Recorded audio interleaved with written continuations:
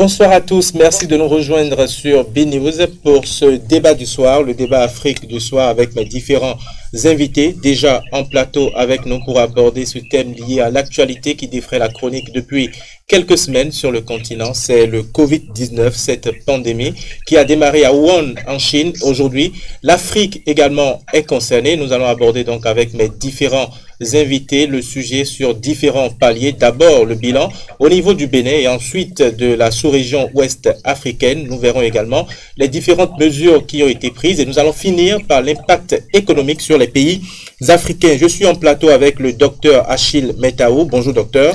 Bonjour amis, bonjour. Oui. Non, amis, pas auditeurs, nous sommes à la télévision. Bonjour chers amis, bonjour oui. Et merci de m'avoir invité pour ce grand débat. Merci également d'avoir accepté notre invitation. De l'autre côté, au bout de la ligne, nous avons deux autres invités. D'abord au Sénégal, Karl Rudolph. Karl Rudolph, bonjour. Bonjour Jean-Eudes Mitopé. Vous êtes journaliste à West African Democracy Radio. Merci d'être en ligne. Merci et bonjour à tous les autres invités. Pour débattre également avec vous, Serge Augustin Kodja. Il est à Paris. Il est enseignant à l'IPAG. Je crois que c'est bien ça. Bonjour Serge Kodja. Bonjour Jean-Eudes Mitopé. Oui. Je suis enseignant et spécialiste de la politique et du management du développement africain diplômé de Sciences Po Paris. Merci bien d'être présent, d'avoir répondu présent à notre invitation. Je vais commencer d'abord ce débat avec mon invité en plateau. Je vais revenir à vous dans environ un peu moins de 10 minutes. Docteur Achille Metaou, vous avez suivi un peu la progression de l'épidémie au niveau de l'Afrique. Beaucoup estiment aujourd'hui, et les chiffres également le confirment, que le virus évolue plus rapidement en Afrique que dans les pays du Nord. Qu'est-ce qui explique cette rapide progression? Bon, merci. Je crois que c'est des analyses, c'est des observations, parce que nous sommes en Afrique et nous ne sommes pas certains d'avoir tous les moyens qu'il faut par rapport aux autres pays du Nord. Et vous savez, c'est beaucoup plus l'Afrique qui voyage. Et donc, lorsque l'épidémie s'est déclarée, il a fallu que les gens prennent des dispositions. Est-ce qu'il fallait rapatrier les Africains des pays? Et est-ce que les gens doivent rentrer dans leur pays? Donc les voyages, donc tout ça là, le brassage peut faire que aujourd'hui on peut dire que l'épidémie évolue beaucoup plus en Afrique. J'avais dit au démarrage de cette épidémie, dès que la France serait atteinte, enfin l'Afrique serait envahie, parce que beaucoup plus, justement à cause du flux qui quitte l'Afrique pour la France. Et donc c'est exactement ce qui s'est passé, parce que lorsque l'épidémie sévissait dans les autres pays, c'était pas aussi évident, c'était pas comme ça pour l'Afrique, mais dès que la France a connu vraiment le maximum, vous avez vu, parce que c'est important de comprendre que nous voyageons beaucoup plus, nous allons beaucoup plus par la France avant d'atteindre les autres pays, et dès que les Français sont atteints, c'est tout comme c'est l'Afrique qui est atteinte, c'est ce que nous avons. Il n'y a pas de particularité par rapport au virus pour dire que l'Afrique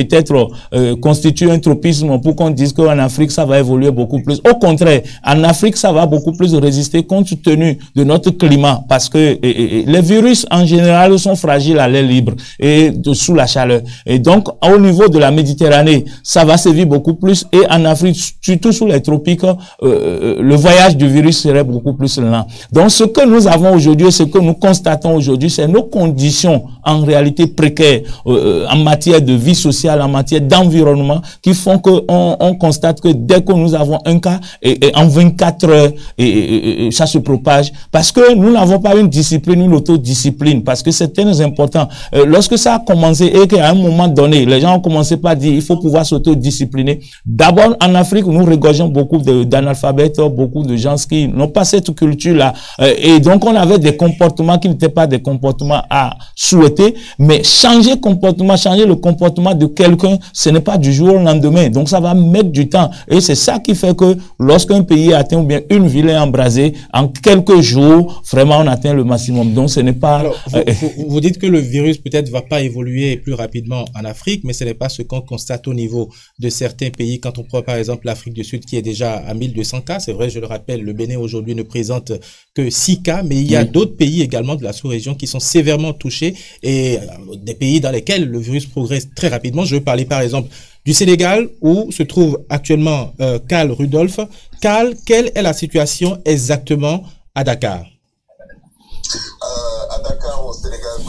effectivement, il faut dire qu'on a passé le cap des 160 cas. On en est maintenant à 162 cas avec 28 personnes qui ont été guéries de cette maladie et 0 décès pour le moment. C'est une prouesse. Le Sénégal a connu le virus depuis le premier cas a été déclaré le 2 mars dernier. Mais jusqu'à présent, les médecins et les traitants sont arrivés à soigner 28 personnes. Il n'y a pas de cas de décès déclarés pour le moment. Alors, quand on dit que l'épidémie évolue plus vite, l'épidémie évolue plus vite en Afrique que dans d'autres continents, je suis un peu réservé sur ça, j'ai des doutes.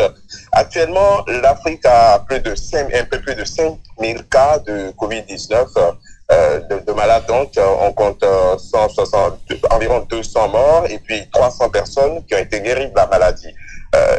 L'épidémie est arrivée sur le continent il y a exactement un mois. Et quand on fait la comparaison par rapport aux pays comme la France, l'Italie ou encore l'Espagne, on constate que la progression de la maladie dans ces pays est plus rapide que ce qu'on constate en Afrique, qui compte quand même plus d'1 milliard d'habitants.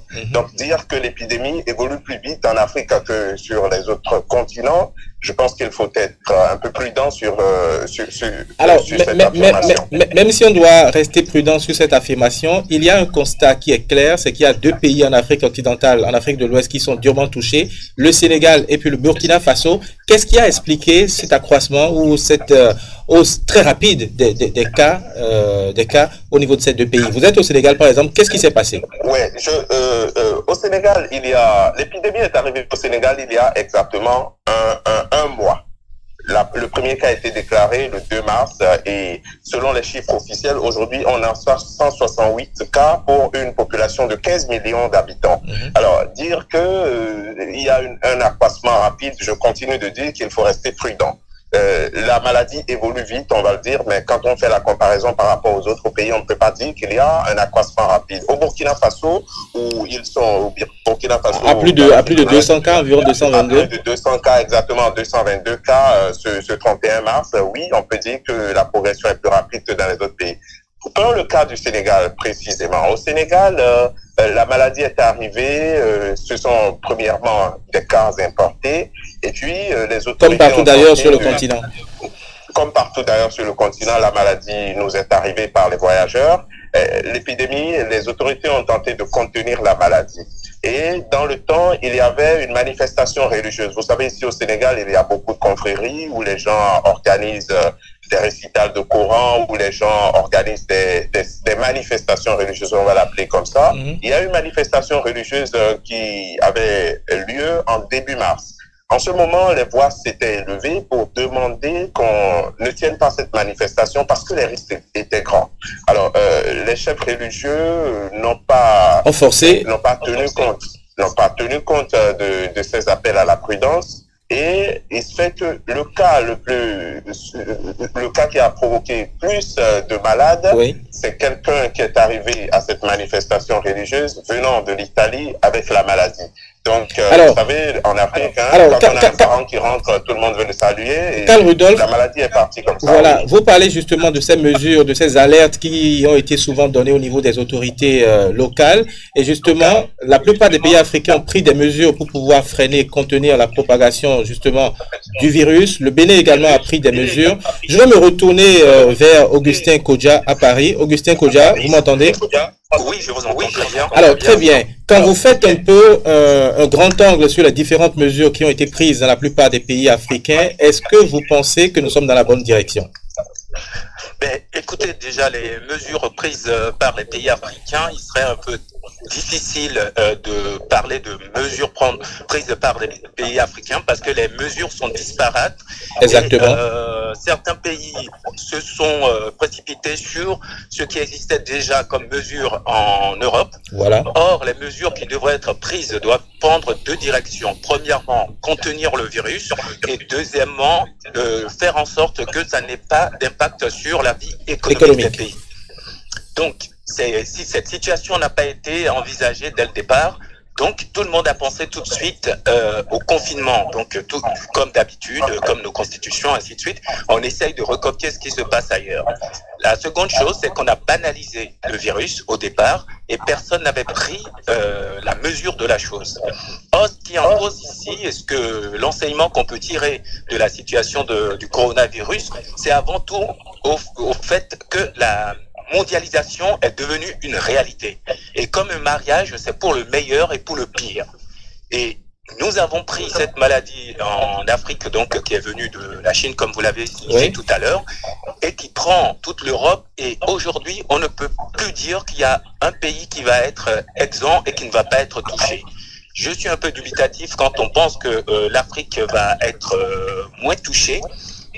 La seule possibilité pour que l'Afrique soit moins touchée, c'est qu'on respecte un certain nombre de mesures et qu'on essaye de voir l'efficacité de ces mesures. Donc, non seulement les mesures sanitaires, moi ça m'intéresse, les mesures qu'on peut prendre pour contenir le virus, mais également des mesures économiques. Quand on revient un peu aux mesures, vous l'avez bien souligné tout à l'heure, les mesures sont disparates quand on va d'un pays à l'autre. Quand on regarde un peu les pays qui sont au nord de l'Afrique, on regarde bien qu'au niveau du Maroc, par exemple, il y a un confinement, si je me trompe, pas un confinement total. Au Rwanda, quand on redescend, il y a également un confinement total. Mais les mesures sont un peu plus souples quand on redescend au niveau de l'Afrique occidentale, avec le Bénin, avec la Côte d'Ivoire, le Mali, le Niger et beaucoup d'autres pays. Est-ce que ce n'est pas juste une étape? Est-ce qu'après, nous n'allons pas arriver à ce niveau-là, parce que vous dites qu'il faut faire tourner l'économie, mais en même temps, que fera-t-on quand on va se rendre compte que l'épidémie, entre-temps, a progressé? Bon, de toute façon, la progression de l'épidémie, on ne peut encore rien en dire parce que les tests, nous ne les avons pas en quantité pour savoir qui l'est et qui ne l'est pas. Donc ça, c'est une dimension. Les mesures qui sont prises par les pays qui ont opté pour le confinement, nous avons vu tout de suite que par rapport à l'économie informelle et par rapport à notre mode de vie, le confinement n'a pas marché. Je prends l'exemple du Congo RDC. Bien sûr. Ils sont revenus en arrière. Ils ne peuvent pas confiner la population. Les gens sont rentrés dans la rue et ça n'a pas tenu. Le Nigeria est en train de chercher, là, ils ont pris la décision de confiner, de faire un confinement total à Lagos et à Abuja. Est-ce que vous vous imaginez Lagos fermé? Ça va être quelque chose. Donc, les pays comme le Bénin qui ont pris... Alors, c'est vrai qu'on n'est pas en Chine, mais on a vu quand même une grande province de plus de 50 millions d'habitants fermée. Oui, mais il y a eu une discipline à la base et n'oubliez pas que la Chine a eu déjà une épidémie de SRAS, donc ils étaient déjà préparés à cela. Et ils sont préparés à affronter des situations comme ça. D'accord. Vous avez semblé aborder tout à l'heure le volet économique. On va revenir sur ça tout à l'heure quand je vais repartir à Dakar avec Karl Rudolph et avec vous également, parce qu'il faut le dire quand même, il y a certaines institutions internationales, il y a le FMI, la Banque mondiale également, la BAD également, qui proposent déjà, qui font des propositions aux pays africains. Mais je vais revenir d'abord en studio avec le docteur Achille Metaou, épidémiologiste. Docteur Achille Metaou, nous avons parlé tout à l'heure des mesures qui ont été prises par les différents pays africains. Est-ce que aujourd'hui l'Afrique fait vraiment face à vraiment une réelle riposte face à cette pandémie? Et comment est-ce que vous analysez ces mesures? Bon, vous savez, l'Afrique ne s'était pas préparée par rapport à cette pandémie. Donc, il faut reconnaître que les problèmes urgents africains étaient d'ordre politique. Vous avez vu, dans tout le continent, c'est question d'élection, de changement de système et autres. C'est ça qui préoccupait les Africains. Et donc, cette pandémie est venue pour surprendre tous les gouvernants africains. Et donc, pour prendre des décisions, les décisions sont en train d'être prises peut-être à la rapidité, sans beaucoup de réflexion, parce que l'Afrique dépend aussi des pays du Nord, parce qu'en termes économiques, et vous voyez lorsque la Chine est atteinte, donc forcément par rapport à tout ce que nous faisons avec la Chine, également les grandes puissances, l'Italie, la France, l'Espagne et autres, quand vous prenez l'Afrique du Sud, qui est un grand pays en Afrique, et qui a également tous les moyens en matière de situation sanitaire, on ne pouvait pas comprendre que l'Afrique du Sud soit atteinte de cette manière et qu'on en dénombre ces chiffres-là, malgré que l'Afrique du Sud constitue pratiquement un site d'évacuation pour nos pays.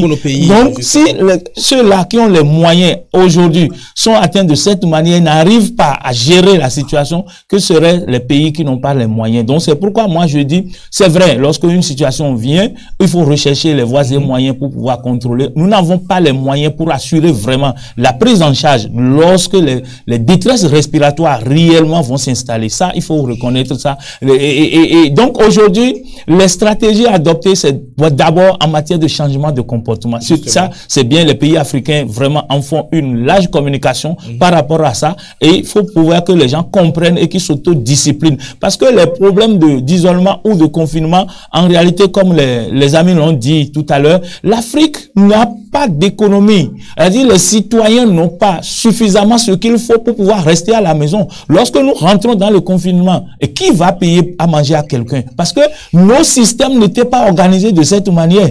Et donc, à partir de ce moment, on va chercher à régler le problème de coronavirus, mais en créer autre chose. Et vous savez, même les tests pour pouvoir faire le dépistage constituent un problème. Il faut que la Chine réagisse pour aider. Il faut que donc à partir de ce moment, nous avons des difficultés. Quand on rentre un peu dans la gestion des crises, quand on parle d'une épidémie par exemple, il y a un protocole à adopter. Est-ce que la plupart des pays africains sont en train de suivre ce qu'il faut? Oui, bon, ce qu'il faut faire. De toute façon, il faut reconnaître que et si je prends l'Afrique de l'Ouest ou bien même l'Afrique centrale, on n'a pas su tirer de leçons sur certaines choses. Nous avons connu la crise d'Ebola, nous avons connu la fièvre à Lassa. C'était déjà des événements où les pays africains devraient se préparer pour pouvoir organiser leur système. Des gens ont construit des hôpitaux épidémiques pour que, en cas d'épidémie, l'hôpital puisse prendre en charge. Mais nous en avons combien en Afrique?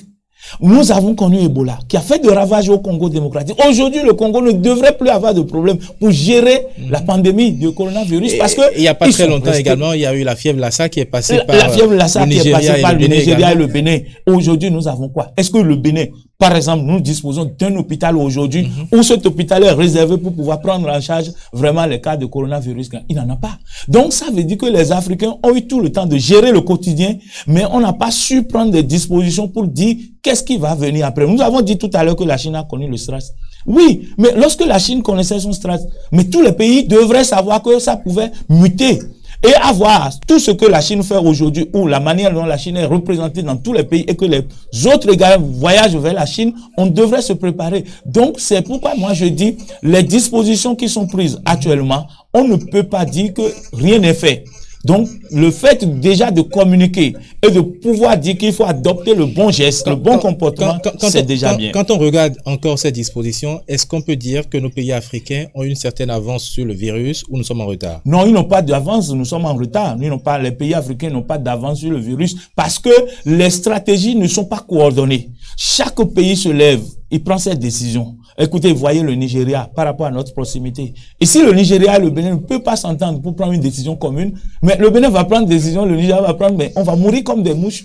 Parce que nous sommes appelés, nous partageons la même communauté. Nous avons la même communauté, nous partageons le même environnement. Très bien. Donc, à partir de ce moment, les stratégies devraient être regroupées. Lorsque vous quittez Cotonou pour Dakar, vous avez le même système.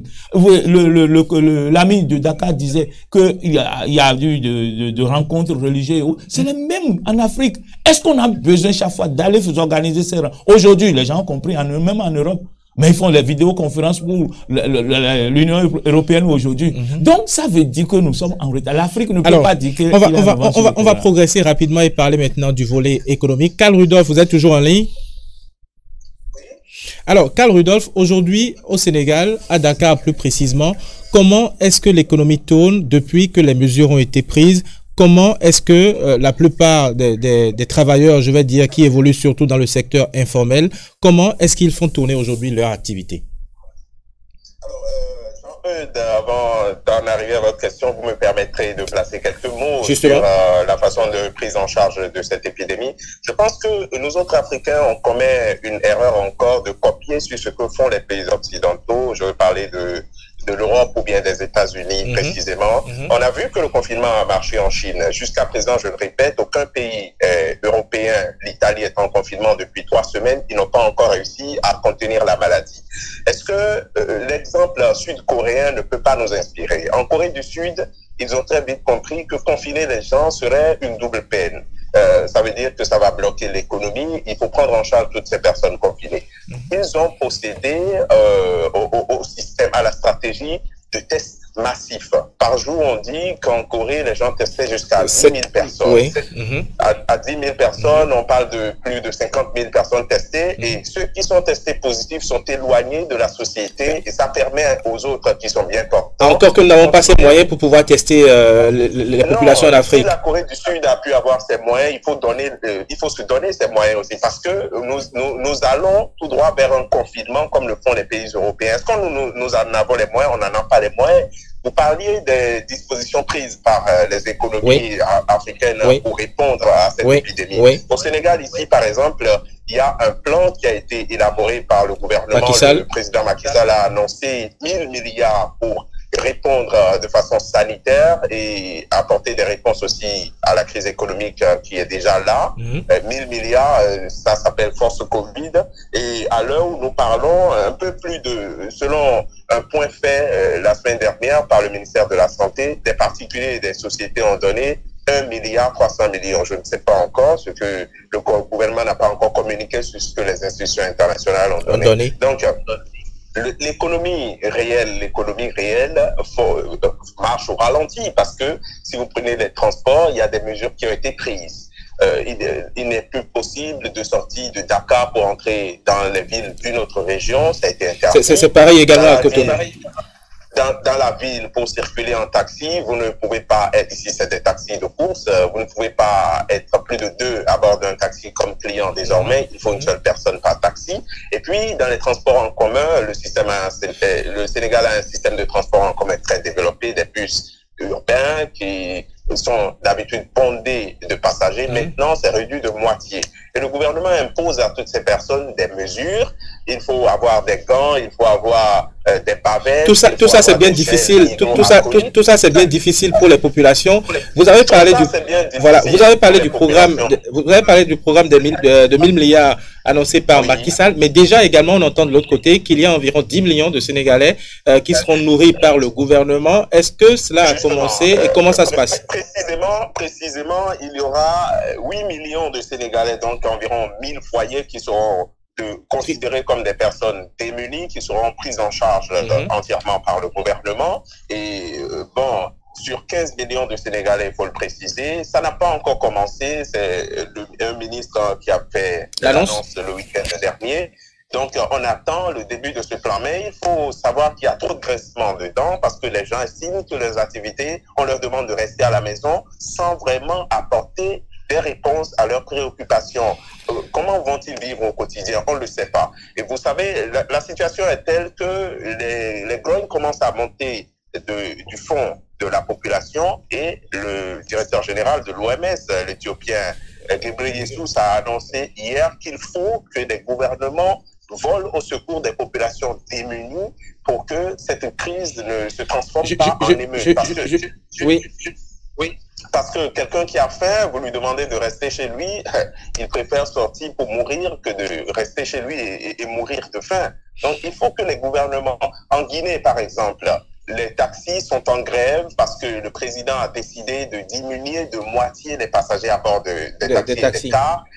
Et puis, les chauffeurs estiment qu'il n'y a pas de mesure d'accompagnement. Le prix du carburant n'a pas baissé. Je vais me retourner vers Serge Augustin Kodja avant de revenir à vous très rapidement, Karl Rudolph. Serge Augustin Kodja, le problème qui se pose aujourd'hui, c'est où trouver l'argent justement pour pouvoir passer cette crise. Au Bénin, par exemple, concernant les mesures qui devaient être prises, le président de la République l'a dit clairement et ça fait aujourd'hui le tour des réseaux sociaux. Le Bénin n'a pas assez de l'argent pour pouvoir confiner ces populations.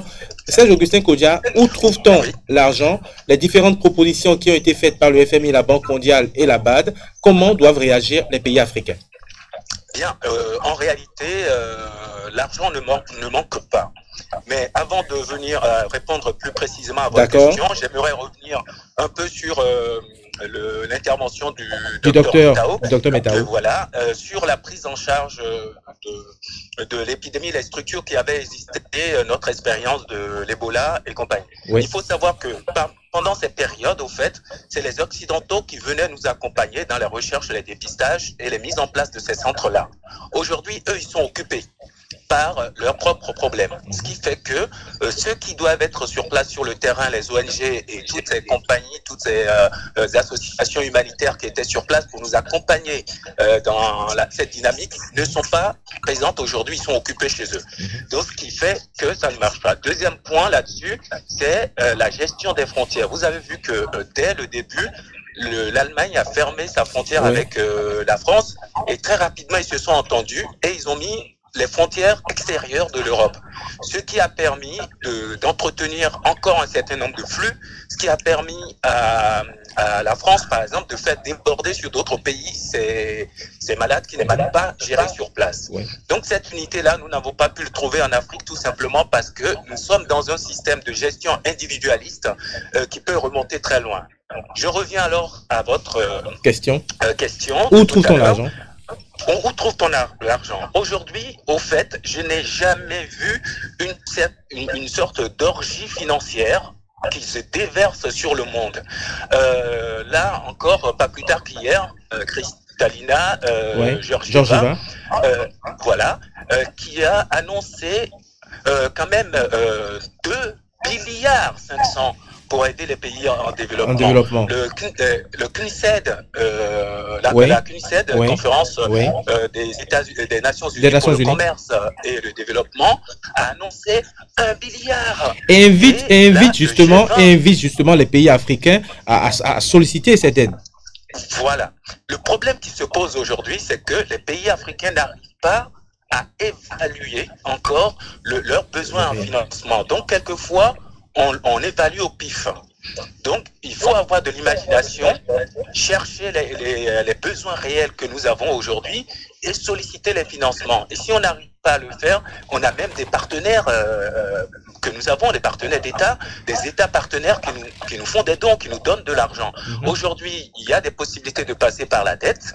Et là, j'ai lu encore récemment les institutions de Bretton Woods, la Banque mondiale et le Fonds monétaire international ont décidé de suspendre le règlement des services de la dette vis-à-vis des pays en développement. Justement, à repousser les échéances de remboursement de la dette. À repousser les échéances. Le problème que ça va poser, on va l'aborder après, c'est l'après-corona, ça va, après Covid-19, on va avoir d'autres problèmes. Donc aujourd'hui, les fonds existent, il faut aller les chercher. Très bien, merci. Je reviens en studio avec le docteur Achille Metao. Je vais revenir à vous tout à l'heure pour pouvoir conclure cette émission. Docteur Achille Metao, comment est-ce que vous voyez les prochains jours pour l'Afrique? Les prochains jours pour l'Afrique dépendent des Africains d'abord, parce que vous savez comment Kodja l'a dit tout à l'heure, et ceux qui nous aidaient aujourd'hui sont dans difficulté. Donc à partir de ce moment, d'abord c'est l'Afrique qui va se réveiller, c'est l'Afrique qui va s'unir pour que nous puissions vraiment combattre ce virus-là. Et à partir de ce moment, les prochains jours seront difficiles. Difficiles en ce sens pas forcément la progression du coronavirus, mais l'épidémie va finir. C'est la gestion vraiment du quotidien sera difficile parce que l'épidémie, l'économie est effondrée déjà. Quand vous regardez un peu la situation de l'Afrique aujourd'hui, l'Afrique pourra tourner cette page environ dans combien de temps? Vous savez, nous sommes dans une situation où ce n'est pas facile de pouvoir dire, mais dans 2 mois, ce sera stabilisé. Dans 2 mois, ce sera stabilisé. En ce sens que, premièrement, aujourd'hui, nous avons quand même de médicaments pour la prise en charge qui est en train d'être testé. C'était déjà bien. Deuxième chose, c'est par rapport à l'Afrique, comme on l'a dit, quand vous suivez un peu, vous voyez les statistiques en termes de décès. Aujourd'hui, l'Afrique encore tient bon. Pourquoi est-ce qu'il n'y a pas beaucoup de décès en Afrique? Parce qu'on constate même que en Afrique du Sud, où il y a assez de cas, je crois que l'Afrique du Sud est déjà passé à plus de 1000 cas, si ma mémoire est exacte. on ne compte pas beaucoup de morts. Il y a moins d'une vingtaine de morts. Je ne sais pas si les chiffres sont exacts. Oui. Mais pourquoi est-ce que les patients, les malades atteints de on pourrait quand même faire une analyse de la situation. C'est vrai qu'en Afrique, nous n'avons pas les moyens sophistiqués, nous n'avons pas la technologie élevée en termes de prise en charge des maladies. Mais nous avons d'abord naturellement quelque chose qui est notre soleil. Nous vivons beaucoup plus sous les tropiques, qui va synthétiser de la mélanine pour pouvoir nous donner suffisamment de la vitamine D, qui protège notre peau. Parce que en termes de maladies contagieuses, la première barrière, c'est la peau. Donc, c'est déjà un avantage pour les Africains. Maintenant, deuxième chose, nos conditions précaires nous exposent déjà et notre espérance de vie est très réduite. Donc, en Afrique, nous n'avons pas suffisamment de personnes âgées. Et donc, qui ont un système immunitaire déjà atteint. Et dans les autres pays développés, les pays du Nord qui ont travaillé en Allemagne, en Italie et autres, où l'espérance de vie aujourd'hui moyenne se retrouve en 82 ans, alors qu'en Afrique, en 2030, nous allons être en 35 ans. Donc, vous voyez que ce serait difficile de pouvoir trouver les 80 ans, les 86 ans, les 90 ans dans les rues africaines. Donc, ça fait que même si les Africains sont contaminés, c'est une population jeune qui a encore les facteurs de résistance encore en place. Et donc, dès qu'on commence la prise en charge, donc ils arrivent à se retrouver en milieu stable et c'est ça qui donne les prouesses de guérison que nous avons. Donc, les gens comprennent. Il faut craindre également que le virus ne soit transporté en milieu rural. Oui, il faut craindre. Il faut craindre parce que aujourd'hui, vous savez ce qui se passe en Afrique. Les gens fuient les grandes villes pour pouvoir se refuser pour aller au village parce qu'ils estiment que dans les champs, dans les hameaux, on ne pourra pas rencontrer le virus. Mais pendant qu'il partait, est-ce qu'il n'a pas déjà contracté? Donc, c'est encore un problème. Maintenant, la deuxième chose, comme ils l'ont dit tout à l'heure, les Africains doivent s'unir. Parce qu'il n'y a pas question que l'autre ferme les frontières et que quelqu'un laisse les frontières ouvertes. Et même si on doit faire ce que la France fait pour pouvoir déporter, amener les autres malades pour la prise en charge dans un autre pays, ça doit être dans un cadre bien donné. Alors, donc, c'est très important. L'avenir, nous pouvons gérer, nous pouvons contenir l'évolution du virus. Et ce qu'il faut craindre dans le monde entier, c'est la mutation du virus. Le virus peut muter. Et nous allons passer, le coronavirus va finir, mais ça va muter, ça va donner autre forme. Donc, il faut savoir aujourd'hui, vous parlez de la mutation du virus. Aujourd'hui, est-ce que les États africains arrivent à avoir des informations sur le virus, des informations sur la pandémie en cours? Comment est-ce qu'on fait pour avoir ces chiffres, ces données et ces informations sur ce qui est en cours en Afrique? C'est vrai que vous n'êtes pas dans la stratégie officielle, mais vous savez un peu comment ça se passe. Comment est-ce que vous arrivez à avoir les données aujourd'hui? Non, les données, vous savez, l'OMS est en train de faire un grand travail pour mettre tout le monde au même moment en matière de recherche, en matière d'évolution et autres. Maintenant, ce qui constitue le problème de l'Afrique, quelle est la place des Africains, quelle est la place des chercheurs africains dans ce dynamisme? Aujourd'hui, lorsqu'on prend les grands laboratoires, lorsqu'on voit les grands chercheurs, combien de chercheurs africains sont sollicités pour se mettre dans la balance? Parce que nous sommes lestés, l'Afrique est laissée, on pense que c'est les pays du Nord qui ont suffisamment la tête haute, qui ont les moyens, mais c'est ce que moi je déplore, que forcément l'Afrique a des valeurs et qu'il faut utiliser. Nous avons en Afrique d'autres valeurs que nous pouvons utiliser. Donc, en matière de pandémie, qu'on ne laisse pas la recherche uniquement aux pays du Nord, mais qu'on permette aux Africains, qu'on les associe et qu'en termes de négociation de fonds, que ce soit pour régler le problème économique, mais que des fonds soient recherchés pour la recherche en Afrique, parce que ça peut venir de l'Afrique pour qu'on trouve vraiment de problèmes pour pouvoir régler. Très bien. Merci, docteur Achille Metao. Je repars vers vous, je reviens vers vous, Karl Rudolph et Serge Kodia, à Dakar et à Paris. Karl Rudolph, nous allons parler de l'après-Covid pour finir cette émission. C'est vrai que c'est trop tôt. Au cours d'autres émissions, nous allons faire encore à nouveau le bilan sur le continent et voir comment la pandémie évolue. Les institutions internationales demande aux dirigeants africains de prêter de l'argent et de pouvoir passer ce cap.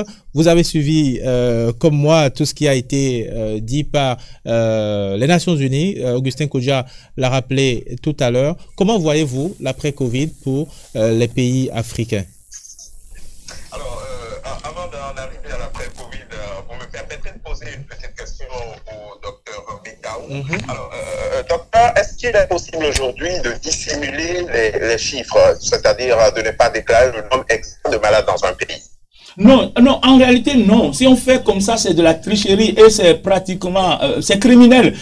Nous sommes dans une pandémie, nous sommes dans une situation, il faut pouvoir dire exactement ce qui se passe. C'est ça qui va nous permettre de prendre les dispositions pour, mais lorsque, pour des raisons politiques, on va dissimuler ou bien on va cacher des chiffres, là, on n'aime pas son pays, on n'aime pas sa communauté. Et c'est pourquoi moi, personnellement, je suis étonné qu'aujourd'hui, les pays africains, aujourd'hui, leur problème, c'est la politique, leur problème, c'est de faire les élections, alors que nous avons une urgence. Ouais. Donc, et dans ce cas, on va dissimuler les chiffres, on ne dira pas la vérité et on va exposer la population, ce qui n'est pas bien. Laissez-moi dire gentiment à Karl Rudolph qui vient de perdre 2 minutes de son temps de parole. Allez-y maintenant, Karl. Bon, on a parlé tout à l'heure de cette maladie qui fait moins de morts en Afrique. Il faut rappeler et pour rassurer nos internautes que cette maladie, 80% de ceux qui contractent le virus n'en meurent pas. Ils ne vont même pas à l'hôpital. Leur système immunitaire se défend naturellement contre la maladie. Et 2% seulement de ceux qui sont affectés, s'ils sont soignés normalement, 2% seulement meurent. Donc, le taux de létalité et de mortalité de cette maladie. Ce taux a changé dans d'autres pays, hein, bien évidemment. Oui, mais bon, quand on analyse aujourd'hui les données de l'Italie, ça a changé. Ça a changé. Oui, mais selon les données jusqu'à présent, les gens s'en remercient. Alors, vous parlez de qu'est-ce qu'il en sera après l'épidémie. Oui, je pressens un grand bug. L'économie va s'arrêter à l'allée où les choses vont parce que les pays, la plupart, 3 milliards de personnes actuellement, faut pas l'oublier, sur la planète, sont en confinement.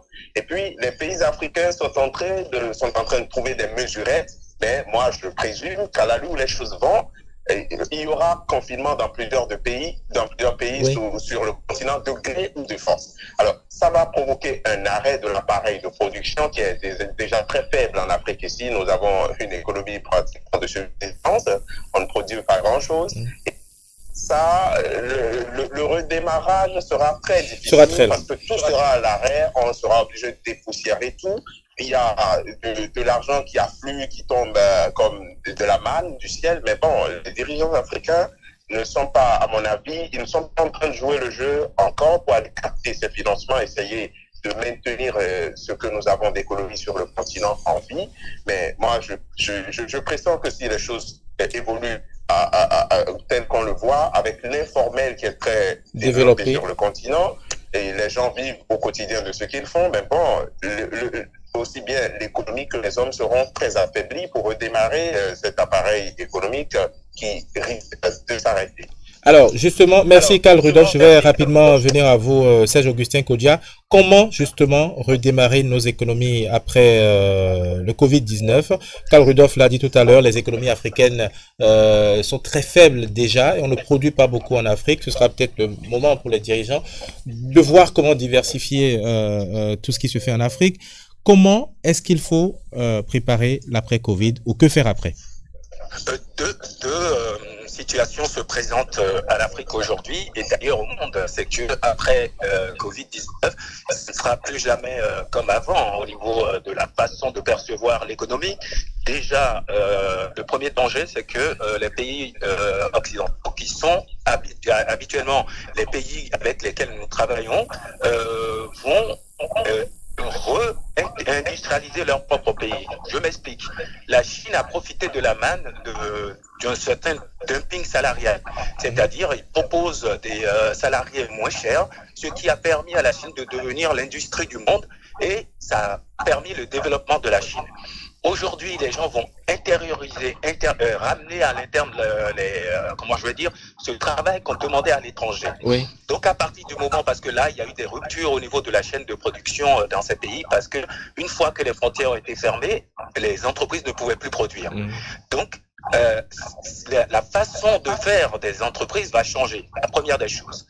Ensuite, je reviens à la crise des subprimes des 2008. Années 2008-2009. Ouais.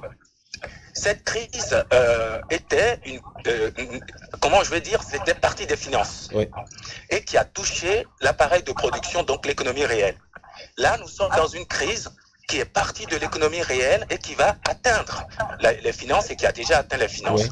Les mesures que prennent les pays occidentaux aujourd'hui, c'est de faire en sorte, non seulement à l'heure actuelle, de financer leurs entreprises pour pouvoir couvrir les pertes et pour pouvoir relancer leur économie en partant.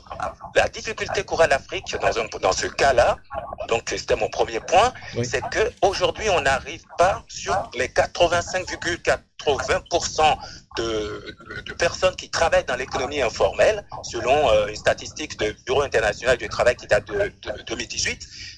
Comment on peut évaluer les besoins de ces personnes et comment on compte relancer leur activité. La dame qui vend du pain au bord de la route, qui vend des beignets, aujourd'hui, si elle ne travaille pas, elle n'a pas de revenus.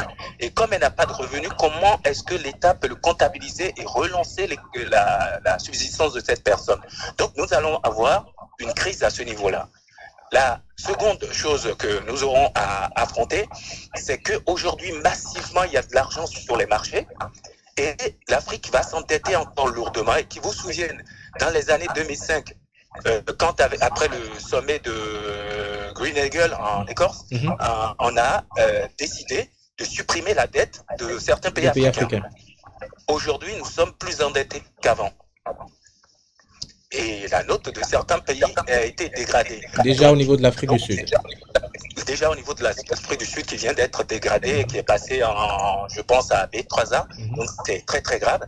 Donc on tombe sur des situations qui vont nous endetter davantage. On va profiter de ce flux sur le marché et nous allons nous enfoncer. Et comment on se réveille de ça? Ça va être très très facile. Nos créanciers vont nous demander de garantir un certain nombre de choses et nous allons vendre nos matières premières. Pour finir, pour les pays, parce que nous sommes vendeurs de matières premières, aujourd'hui, avec les problèmes de transport des ports et des aéroports, nous avons beaucoup de stocks. Donc, un pays comme le Nigeria, l'Angola, le Gabon ne vont pas faire couler leur pétrole. Donc, ça va rester en stock. Or, tout le monde sait que ce qui est rare est plus cher. Donc, les prix des matières premières comme le pétrole et autres, les prix vont chuter. Vont chuter. Et qui ont déjà chuté actuellement d'ailleurs. Et là, ça va s'empirer. Et à partir de ce moment, nous aurons beaucoup de difficultés à nous relever de cette crise. Mais je pense qu'il va y avoir une solidarité internationale. Certains pays africains demandent déjà encore une nouvelle fois l'annulation de leur dette. Je ne pense pas que ce soit totalement possible. On verra bien ce qui va se passer. Mais en réalité, ça va être très très difficile pour l'Afrique d'affronter cette crise, de se relever de cette crise. Mais j'ai confiance quand même à la capacité des Africains à se lever. Mais le monde va travailler ensemble en solidarité.